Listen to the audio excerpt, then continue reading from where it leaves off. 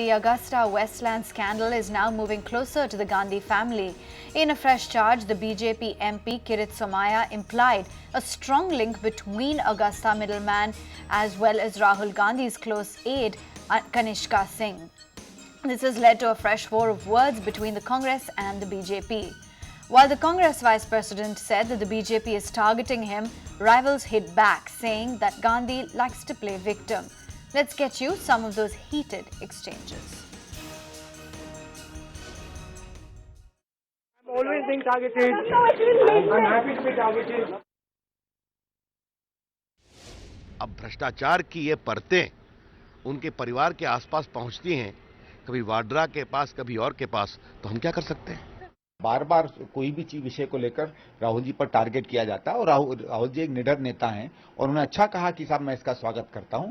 उनमें किसी प्रकार का ढाई और नहीं है, निडरता से वो अपनी बात कहते हैं और देखिए लीडर हैं, बड़े लीडर हैं, इसीलिए तो ये लोग उस पर हमला करते हैं।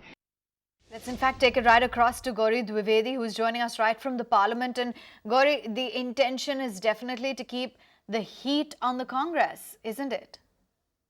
Augusta Westland case is clearly something that the BJP is not letting go of. Tomorrow, the Defence Minister is expected to make not just a statement in Parliament, but he's also promised to actually talk about key facts in the case. And ahead of that, today the BJP is trying to corner Vice President of Congress Rahul Gandhi in this entire matter. Rahul Gandhi, of course, is defiant, has said that he is not afraid of any investigation. He has said that he has always been targeted. This is not the first time that he has been targeted. Having said that, from the BJP, besides Manohar Parrikar, it is also some senior leaders like Meenakshi Lekhi, VK Singh, who are really leading the charge against the Congress.